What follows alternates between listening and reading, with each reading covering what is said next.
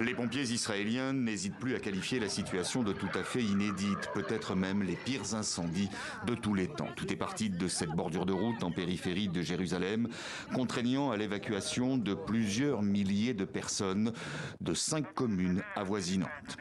C'est vraiment triste parce que nous connaissions les prévisions météo, nous savions plus ou moins ce qui allait se passer. Et pourtant, on a l'impression que les autorités n'étaient pas suffisamment préparées avec des avions capables de larguer de grandes quantités d'eau. Mais on sait que c'est en cours.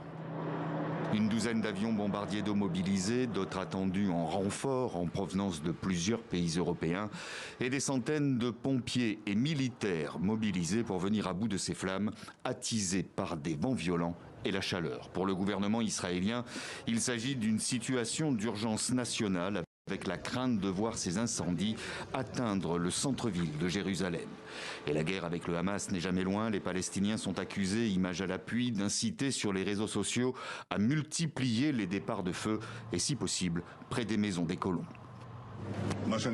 Il y a beaucoup d'incitations sur les médias sociaux, en particulier de la part des Palestiniens. Il faut s'y attaquer de toute urgence et le Shin Bet doit agir dans ce domaine.